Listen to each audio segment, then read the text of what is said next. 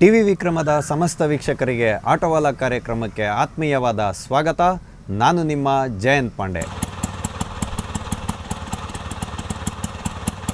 ಸ್ನೇಹಿತರೆ, ಆಟೋವಾಲ ಕಾರ್ಯಕ್ರಮಕ್ಕೆ ನಾವಿಂದು ಆಯ್ದುಕೊಂಡಂತಹ ವಿಷಯ ಸೆಂಗೋಲ್ ರಾಜದಂಡ ರಹಸ್ಯ. ಈ ರಾಜದಂಡವನ್ನು ಇವತ್ತು ನೂತನ ಸಂಸತ್ ಭವನದಲ್ಲಿ ಇಡಲಾಗಿದೆ.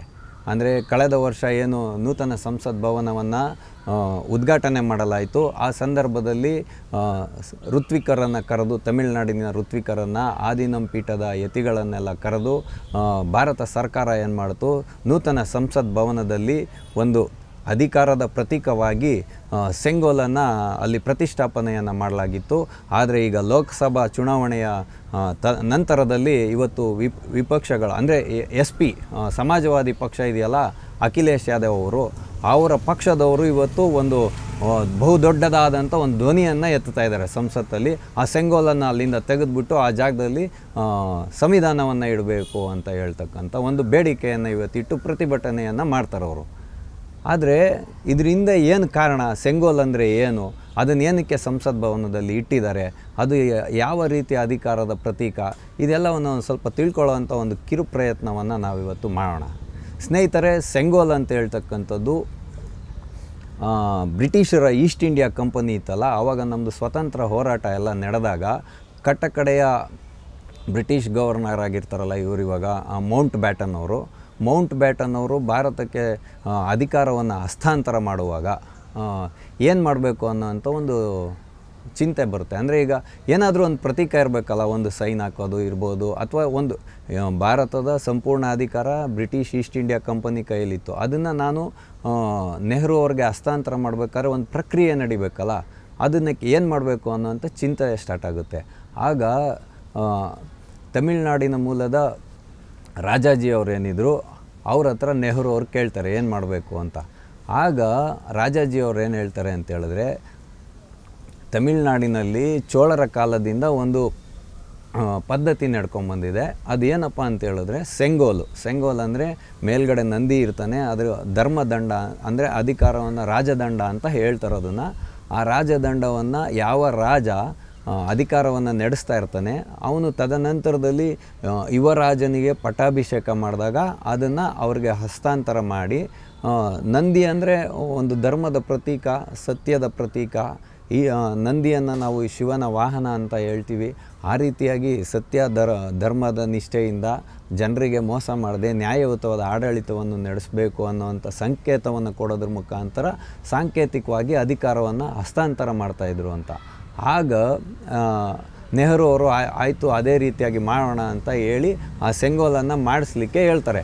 ಆಗ ರಾಜಾಜಿಯವರು ಆದಿನಂ ಪೀಠ ಅಂತ ಇದೆ ತಮಿಳುನಾಡಿನಲ್ಲಿ, ಆ ಆದಿನಂ ಪೀಠದ ಮಠಾಧೀಶ್ವರರನ್ನ ಸಂಪರ್ಕ ಮಾಡಿ ಅದನ್ನು ಶಾಸ್ತ್ರೋಕ್ತವಾಗಿ ವಿಧಿವತ್ತವಾಗಿ ಇಮ್ಮುಡಿ ಚೆನ್ನೈಯಲ್ಲಿ ಒಬ್ಬರು ಚಿನ್ನದ ವ್ಯಾಪಾರಿ ಇರ್ತಾರೆ, ಇಮ್ಮುಡಿ ಬಂಗಾರು ಚೆಟ್ಟಿ ಅಂತ, ಅವ್ರ ಕಡೆಯಿಂದ 5 ಅಡಿ ಎತ್ತರದ ಒಂದು ಸೆಂಗೋಲನ್ನು ಮಾಡಿಸ್ತಾರೆ.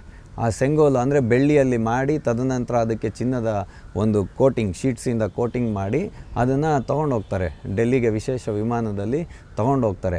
ಮೌಂಟ್ ಬ್ಯಾಟನ್ ಅವರು ಅಧಿಕಾರವನ್ನು 1947ನೇ ಇಸ್ವಿ ಆಗಸ್ಟ್ 14ನೇ ತಾರೀಕು ಮಧ್ಯರಾತ್ರಿಯಲ್ಲಿ ಏನು ಹಸ್ತಾಂತರ ಮಾಡಿದರು, ಆವಾಗ ನೆಹರು ಅವ್ರಿಗೆ ಅದನ್ನು ಹಸ್ತಾಂತರ ಮಾಡ್ತಾರೆ.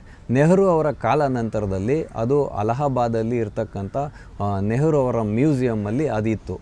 ಯಾವಾಗ ನೂತನ ಸಂಸತ್ ಭವನವನ್ನು ಕಟ್ಟಲಾಯಿತೋ ಆವಾಗ ಮೋದಿಜಿಯವ್ರಿಗೆ ಈ ಒಂದು ವಿಚಾರ ತಿಳಿಯುತ್ತೆ. ಅಂದರೆ ಈ ರೀತಿಯಾಗಿ ಅಧಿಕಾರದ ಹಸ್ತಾಂತರ ನಡೀತಾ ಇತ್ತು ಅಂತ. ನಾವು ಬರೀ ಇದನ್ನು ಸಂಸತ್ ಭವನಕ್ಕೆ ಸೀಮಿತವಾಗಿ ನೋಡೋದು ಬೇಡ. ಇವಾಗ ಯಾವುದೇ ಒಂದು ಮಠ ಇರಲಿ, ಅಲ್ಲಿ ಕೂಡ ಒಂದು ಧರ್ಮದಂಡ ಅಂತಿರುತ್ತೆ, ಅದನ್ನು ಹಸ್ತಾಂತರ ಮಾಡ್ತಾರೆ. ಕಮಿಷನರ್ಸ್ ನೋಡಿ, ಅವರು ಲಾಟಿಯನ್ನು ಎಕ್ಸ್ಚೇಂಜ್ ಮಾಡೋದ್ರ ಮುಖಾಂತರ ಮಾಡ್ತಾರೆ. ಇದರಿಂದ ಯಾವ ರೀತಿ ಸಂವಿಧಾನಕ್ಕೆ ಧಕ್ಕೆ ಬರುತ್ತೆ ಅಂತ ಹೇಳ್ತಕ್ಕಂಥದ್ದು ತುಂಬ ನೆಗೆಪಾಟಲಿನ ವಿಚಾರ ಆಗಿದೆ. ಅಂದರೆ ಈ ಒಂದು ಅಧಿಕಾರವನ್ನು ಹಸ್ತಾಂತರ ಮಾಡೋದ್ರಲ್ಲಿ ಇವ್ರಿಗೆ ಸಂವಿಧಾನಕ್ಕೆ ಯಾವ ರೀತಿ ಧಕ್ಕೆ ಬರುತ್ತೆ ಅಂತ ಹೇಳೋದನ್ನು ಇವತ್ತು ಸಮಾಜವಾದ ಪಾರ್ಟಿ ಸ್ಪಷ್ಟಪಡಿಸ್ಬೇಕು. ವಿರೋಧ ಪಕ್ಷಗಳಿರೋದೇ ವಿರೋಧ ಮಾಡಲಿಕ್ಕೆ ಅನ್ನುವಂಥ ವಿಚಾರವನ್ನು ಬಿಟ್ಟು ರಾಷ್ಟ್ರದ ಒಂದು ಏಳಿಗೆಗೋಸ್ಕರ ದುಡಿಯೋದಕ್ಕೆ ಇವರು ಪ್ರಯತ್ನ ಮಾಡಬೇಕು ಅಂತ ಹೇಳುವಂಥದ್ದು ವಿಚಾರ. ಹಾಗಾಗಿ ಇವತ್ತು ನೂತನ ಸಂಸತ್ ಭವನದಲ್ಲಿ ಆ ಸೆಂಗೋಲನ್ನು ಸ್ಪೀಕರ್ ಅವರ ಬಲಬದಿಗೆ ಇಡಲಾಗಿದೆ. ಅದನ್ನು ತೆಗೆದುಬಿಟ್ಟು ಆ ಜಾಗದಲ್ಲಿ ಸಂವಿಧಾನವನ್ನು ಇಡಬೇಕು ಅಂತ ಅವರ ಬೇಡಿಕೆ. ಹಾಗಾಗಿ ಇವಾಗ ಅದನ್ನು ಕಾಲಕ್ಕೆ ತಕ್ಕಂತೆ ಮಾರ್ಪಾಟು ಮಾಡಿ ಅಲ್ಲಿ ಇಡಲಾಗಿದೆ. ಅದರಿಂದ ಇವ್ರಿಗೇನು ತೊಂದರೆ ಏನಾಗ್ತಾಯಿದೆ ಅಂತ ಹೇಳ್ತಕ್ಕಂಥದ್ದು ಅವ್ರದ್ದು ವಿಚಾರವೇ ಅಲ್ಲ. ಅವರೇನೆಂದರೆ ವಿಪಕ್ಷಗಳು ಇವತ್ತು ಒಂದು ಹಾದಿಯನ್ನು ತುಳಿತಾ ಇದ್ದಾರೆ. ಯಾವುದೇ ಕಾರಣಕ್ಕೂ ನರೇಂದ್ರ ಮೋದಿಯವ್ರನ್ನ ವಿರೋಧ ಮಾಡ್ತಕ್ಕಂಥದ್ದೇ ವಿರೋಧ ಪಕ್ಷ ಅನ್ನೋವಂಥ ಮಾನಸಿಕತೆಯಿಂದ ವಿರೋಧ ಪಕ್ಷಗಳು ಹೊರಗಡೆ ಬರಬೇಕು. ಯಾಕೆ ಅಂತ ಹೇಳಿದ್ರೆ ವಿರೋಧ ಪಕ್ಷ ಅಂತ ಹೇಳೋದು ಒಬ್ಬ ಪ್ರಧಾನಮಂತ್ರಿ ಏನಿರ್ತಾರಲ್ಲ ಅವ್ರಿಗೆ ಪರ್ಯಾಯವಾಗಿ ಕೆಲಸವನ್ನು ಮಾಡ್ತಕ್ಕಂಥದ್ದು. ಅವ್ರೇನಾದರೂ ತಪ್ಪು ಮಾಡಿದ್ರೆ ಕಿವಿ ಹಿಂಡಬೇಕೇ ಹೊರತು ಸರಿಯಾಗಿ ಮಾಡಿರೋಂಥ ಕೆಲಸಗಳನ್ನ ತಪ್ಪು ಅಂತ ಹೇಳ್ತಕ್ಕಂಥದ್ದಲ್ಲ. ಮತ್ತು ಈಗ ಸೆಂಗೋಲ್ ಅಂತ ಹೇಳ್ತಕ್ಕಂಥದ್ದು ಭಾರತೀಯ ಪರಂಪರೆ, ನಮ್ಮ ದೇಶದಲ್ಲಿ ನಮ್ಮ ಪರಂಪರೆಗಳಿಗೆ ಅನುಗುಣವಾಗಿಯೇ ಅಧಿಕಾರವನ್ನು ನಡೆಸಬೇಕು. ಹಂಗಂದ್ಬಿಟ್ಟು ಸಂವಿಧಾನವನ್ನು ಬಿಡಿ ಅಂತ ಯಾರೂ ಹೇಳ್ತಾ ಇಲ್ಲ. ಸಂವಿಧಾನ ನಡ್ಕೊಂಡು ಹೋಗ್ತಾ ಇರುತ್ತೆ ಅಧಿಕಾರ. ಆದರೆ ನಮ್ಮ ಸಂಸ್ಕೃತಿ ಪರಂಪರೆಗಳು ಯಾವ ರೀತಿಯಾಗಿ ಹಾಸುವಕ್ಕಾಗಿ ನಮ್ಮ ಜೀವನದ ಜೊತೆಯಲ್ಲಿ ಬಂದಿದೆಯೋ ಅದೇ ರೀತಿಯಾಗಿ ಮಾಡ್ಕೊಂಬಂದಿರೋದು. ಇವತ್ತು ಅವರು ನೆಹರು ಅವರು ಅಧಿಕಾರವನ್ನು ಭಾರತ ಸರ್ಕಾರಕ್ಕೆ ಹಸ್ತಾಂತರ ಮೌಂಟ್ ಬ್ಯಾಟನ್ ಅವರು ನೆಹರು ಅವ್ರಿಗೆ ಯಾವ ರೀತಿ ಹಸ್ತಾಂತರ ಮಾಡಿದ್ರು ಆ ಪ್ರತೀಕವಾಗಿ ಅಲ್ಲಿ ಇವತ್ತು ಸೆಂಗೋಲನ್ನು ಇಡಲಾಗಿದೆ. ಅದರಲ್ಲಿ ಯಾವುದೇ ವಿಧವಾದಂಥ ತಪ್ಪಿಲ್ಲ ಅಂತ ಹೇಳ್ತಕ್ಕಂಥದ್ದು ವಿಚಾರ. ಹಾಗಾಗಿ ಮೌಂಟ್ ಬ್ಯಾಟನ್ ಅವರು ನೆಹರು ಅವ್ರಿಗೆ ಆ ಒಂದು ಸೆಂಗೋಲನ್ನು ಹಸ್ತಾಂತರ ಮಾಡಿದ ಮೇಲೆ ಅಲ್ಲಿದ್ದಂಥ ಋತ್ವಿಕರು ಅದನ್ನು ತೊಗೊಂಡು ಅದನ್ನು ಮಂತ್ರೋಚ್ಚಾರಣೆ ಮಾಡಿ ಅದನ್ನು ಶುದ್ಧ ಮಾಡಿ ಇವ್ರಿಗೆ ಒಂದು ಅಧಿಕಾರದ ಪ್ರತೀಕವಾಗಿ ಆ ಸೆಂಗೋಲನ್ನು ಕೊಟ್ಟಿದ್ದರು. ಅದರ ಪ್ರತೀಕವಾಗಿ ಇವತ್ತು ಅಲ್ಲಿ ಸೆಂಗೋಲನ್ನು ಈ ಕಾಲಕ್ಕೆ ತಕ್ಕಂತೆ ಅಲ್ಲಿ ಇಟ್ಟಿದ್ದಾರೆ. ಅದರಲ್ಲಿ ಯಾವುದೇ ವಿಧವಾದ ತಪ್ಪಿಲ್ಲ. ಇಂತಹ ಎಷ್ಟೋ ಕುತೂಹಲಕಾರಿಯಾದಂತಹ ವಿಷಯಗಳು ನಮ್ಮ ಒಂದು ಭಾರತದ ಪ್ರಜಾಪ್ರಭುತ್ವದಲ್ಲಿ ಇದ್ದಾವೆ. ಅದನ್ನು ಮುನ್ನೆಲೆಗೆ ತರುವಂತಹ ಒಂದು ಕಿರು ಪ್ರಯತ್ನವನ್ನು ಕಳೆದ ಬಾರಿಯ ಭಾಜಪ ಸರ್ಕಾರ ಮಾಡಿತ್ತು. ಆದರೆ ಇವರಿಗೆಲ್ಲ ಯಾಕೆ ಈ ರೀತಿಯ ಜಲಸ್ ಆಗ್ತಾ ಇದೆ ಅನ್ನೋದು ನಿಜವಾಗ್ಲೂ ಅರ್ಥ ಆಗ್ತಾಯಿಲ್ಲ. ಇದರಲ್ಲಿ ಯಾವ ರೀತಿಯಾದ ಲೋಪ ಇದೆ ಅಂತ ಹೇಳ್ತಕ್ಕಂಥದ್ದನ್ನು ಸಮಾಜವಾದಿ ಪಾರ್ಟಿಯ ಅಖಿಲೇಶ್ ಯಾದವ್ ಅವರ ಒಬ್ಬರು ಸಂಸದರಿದ್ದಾರೆ ಚೌಧರಿ ಅಂತ, ಅವರೇ ಸ್ಪಷ್ಟಪಡಿಸ್ಬೇಕಿದು. ಜನಗಳನ್ನು ಹಾದಿ ತಪ್ಪಿಸ್ಲಿಕ್ಕೆ ಏನು ಬೇಕೋ ನಾವು ಹೇಳಿದ್ದನ್ನು ಎಲ್ಲರೂ ಜನರು ಕೇಳ್ತಾರೆ ಅಂತ ಎಲ್ಲಿ ಅವರು ತಿಳ್ಕೊಳ್ಳೋಕೆ ಹೋಗಬಾರ್ದು. ನಿಜವಾದಂತಹ ವಿರೋಧ ಮಾಡ್ತಕ್ಕಂಥ ಕಾರಣಗಳಿದ್ದಾಗ ಮಾತ್ರ ವಿರೋಧವನ್ನು ಮಾಡಬೇಕು. ಸಂವಿಧಾನವನ್ನು ಬಿಟ್ಟು ಭಾರತದ ಆಡಳಿತ ವ್ಯವಸ್ಥೆ ನಡೀಲಿಕ್ಕೆ ಸಾಧ್ಯವೇ ಇಲ್ಲ. ಇದನ್ನು ಪ್ರಧಾನಮಂತ್ರಿಗಳು ಕೂಡ ಸ್ಪಷ್ಟಪಡಿಸಿದ್ದಾರೆ. ಸ್ವತಃ ಅಂಬೇಡ್ಕರ್ ಅವರೇ ಬಂದರೂ ಕೂಡ ಸಂವಿಧಾನವನ್ನು ಬದಲಾವಣೆ ಮಾಡಲಿಕ್ಕಾಗಲ್ಲ.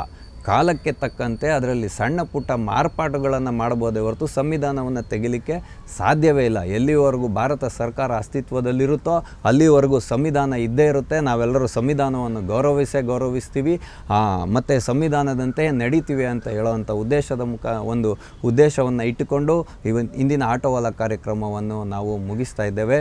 ಮುಂದೆ ಇಂತಹದ್ದೇ ಒಂದು ಕುತೂಹಲಕಾರಿಯಾದ ವಿಷಯದೊಂದಿಗೆ ಮತ್ತೆ ಭೇಟಿಯಾಗೋಣ. ಅಲ್ಲಿಯವರೆಗೂ ಟಿ.ವಿ. ವಿಕ್ರಮದ ಸಮಸ್ತ ವೀಕ್ಷಕರಿಗೆ ಆತ್ಮೀಯವಾದ ನಮಸ್ಕಾರಗಳು. ಟಿ.ವಿ. ವಿಕ್ರಮವನ್ನು ಸಬ್ಸ್ಕ್ರೈಬ್ ಮಾಡುವುದರ ಮುಖಾಂತರ, ನಿಮ್ಮ ಸದ್ವಿಚಾರಗಳನ್ನು ಕಾಮೆಂಟ್ ಮಾಡುವುದರ ಮುಖಾಂತರ ಹಾಗೂ ಶೇರ್ ಮಾಡುವುದರ ಮುಖಾಂತರ ನಮ್ಮನ್ನು ಪ್ರೋತ್ಸಾಹಿಸಿ. ಟಿ.ವಿ. ವಿಕ್ರಮ, ದೇಶ ನಿಮ್ಮ ಕೈಯಲ್ಲಿ.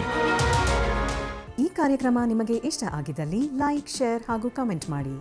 ಟಿ.ವಿ. ವಿಕ್ರಮದ ಕಾರ್ಯಕ್ರಮಗಳನ್ನು ನಿರಂತರವಾಗಿ ವೀಕ್ಷಿಸಲು ಸಬ್ಸ್ಕ್ರೈಬ್ ಮಾಡಿ, ಬೆಲ್ ಐಕನ್ ಒತ್ತಿ.